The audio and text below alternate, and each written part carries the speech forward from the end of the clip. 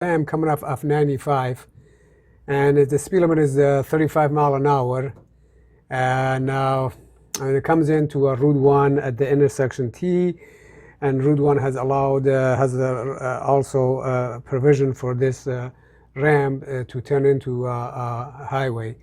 And the other information is given to us is the speed is 35 mile an hour. We said that.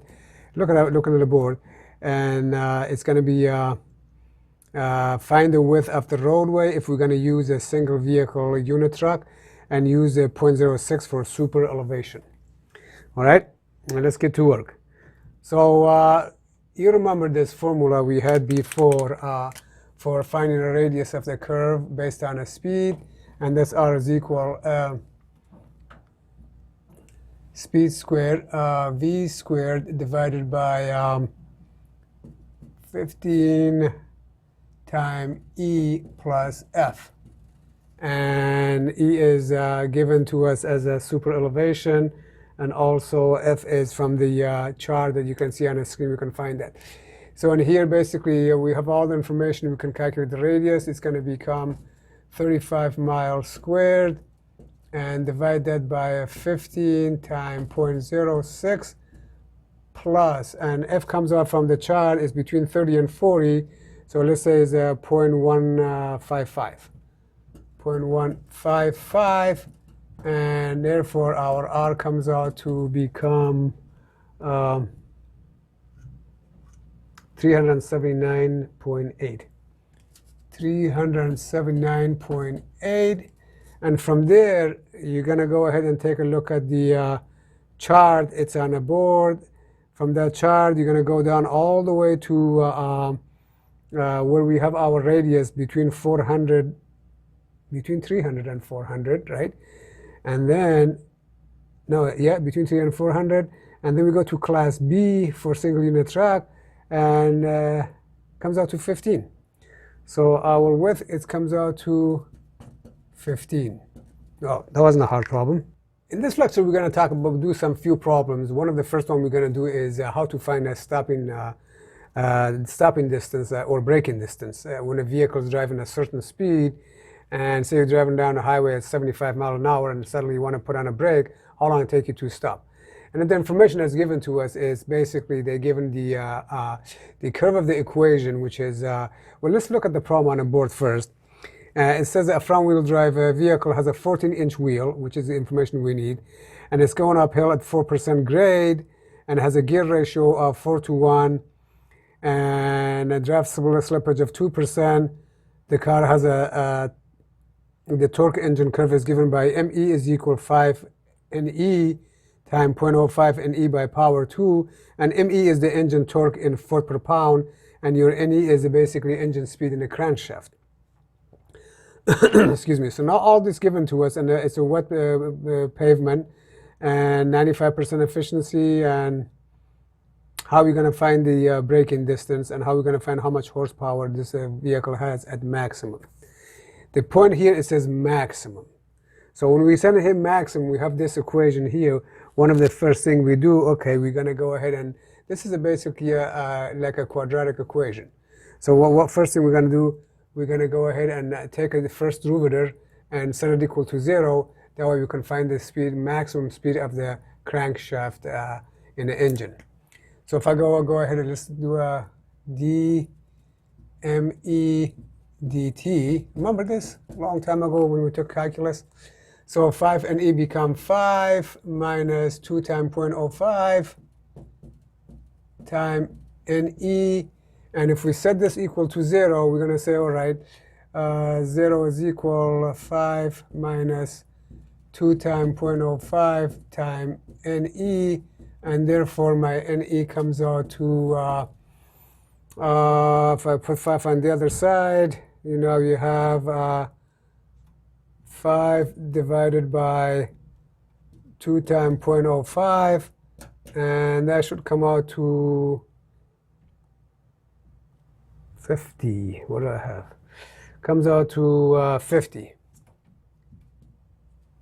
All right, and that's the revolution per second, right? All right, let's double check that calculation. I might be off a little bit, but I think I'm correct. So 5 divided by 2 times 0.05, 50. So now we have that. The next step we're going to go ahead and find is we're going to calculate the next step we're going to go ahead and calculate the speed. Take a look at the screen, and speed is equal v. Speed is equal 2 pi times radius of the tire times ne multiplied by 1 minus I, and divide the whole thing by the overall gear reduction. All right, we have everything here. We got R given to us is 14 inch, and E we just calculated was 50, and I is actually 2%, is 0.02. So we're going to say, okay, V is equal, the speed is equal 2 times pi, let's keep this pi, 3.14, times 14 inch, make that to a feet, divided by 12, and E was 50, and then time 1 minus 0.02, divide the whole thing by the gear ratio was, look at the problem, the gear ratio was 4 to 1. So that's 4, and our V comes out to, therefore V comes out to 61 mile per hour. All right, so now we have that. So that was easy. The next thing we're going to go ahead and we're going to calculate the braking distance, and the braking distance is it's given on a board is equal to braking distance, or to the brake, or they call them dB, depending which book you're looking at, is v squared, speed squared, divided by 30 times, using the highway manual, the AASHTO formula. So 0.347 times plus or minus the grade, which is divided by 100, in this case is 0.04, going uphill. All right, we have all the information here. So V was 61 mile. 61 miles squared divided by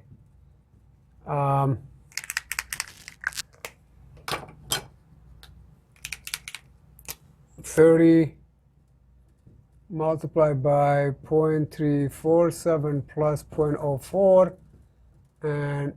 and that will give me the stopping brake distance comes out to, I have 320 feet. All right, so we got that. There's one more left. It says also calculate the maximum engine power. So the maximum engine power is given by this equation. The horsepower is given by 2 pi m n divided by ne, and divide the whole thing by 550. Well, we got to calculate mn, because me, I mean me, and right here we know everything. We know it's 50. So let's calculate me first. Find a better color here.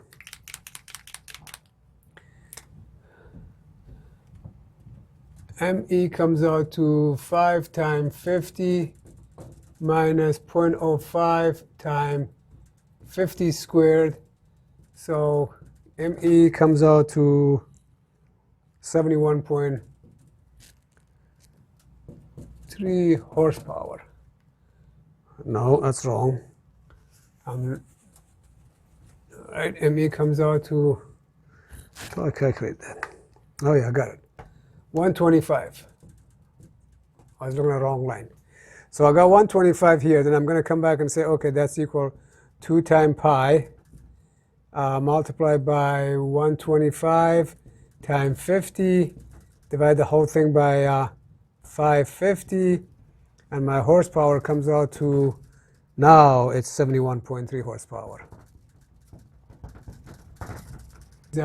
We have this condition here. We got to a tire pressure of 50 psi on a pavement. This is a pavement design problem. And the modular velocity below the pavement grade is 10,000 psi. Poisson ratio is 0.3. And we like to find out, because of this circular load of 50 psi, about 10 inch below, right down under the center, 10 inch below the pavement, what is the stress, what is the strain, and what is the deflection? Okay? We went over this in class, and take a look at the equation that we're going to use for this problem. And you're going to see it on the screen. And we're going to use those equations. Let's start over here. First, we're going to find the stress. Let's identify. Our A comes out here. Our A, because this is 10 inch, so the radius comes out to 5. A is equal 5 inch. And then Q is equal 50 psi, which is given. 50 psi, that's 50. And Z is equal 10 inches. And what else we had? That's all we need for now. Okay. So we're going to go ahead and calculate the Z. Comes out to Q time 1 minus Z was 10 inches, so 10 by power 3, that's 1,000. And divide that by A squared, which is 5 squared, plus Z cubed, which is 1,000, 10 cubed, and then the whole thing by power of 1.5. And that comes out to 14.2 psi. All right. The next one is we're going to find is the radial stress, which is equal to, again, it's on a board. So it's going to be 50 divided by 2 multiplied by 1 plus 2 times 0.3 Poisson ratio minus 2 times 1 plus 0.3 and multiplied by 10 divided by up here, which is 125 by power of 0.5. That's all this is. This 2, 25 plus 10. Z squared, yeah, A squared plus Z squared comes out 125. So that will give us, oh, wait a minute, there's one more left. If you look at the equation, we still got to go ahead and plus Z cubed, 10 by power 3 divided by 125 by power of 1.5. Okay. And so sigma radius is going to comes out to negative 0.25. That means it's in tension because it's negative. Positive is compression here. So now we have that. Let's find the strain. And the strain is going to be in Z direction for now. And that's going to be, looking at the equation, we got all the 3 different directions. We're just going to do Z direction. So it's 1.3 times 50. That's 1 plus Poisson ratio, by the way, divided by 10,000 modular plasticity. And time 1 minus 0.6 time 2 times 0.3 times 10. And divided by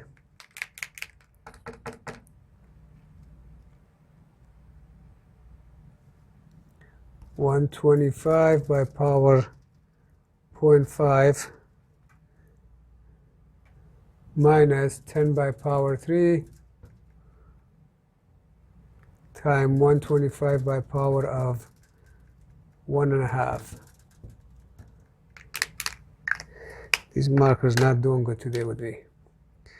So E, the strain in Z direction gonna come out to 0.00144.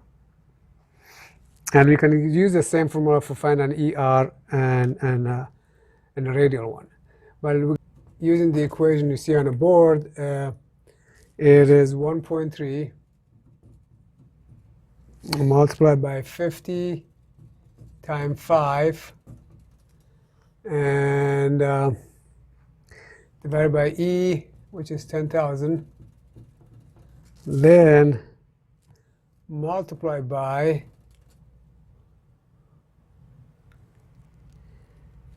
right here. So that's going to come back in here. This is coming back in here. Multiply by 5 divided by 125 by power 0.5 plus 0.4 divided by 5. Okay, and that's going to be multiplied by 125 by power of 0.5 minus 10, and the whole thing is like that. So our deflection comes out to 0.0176 inches.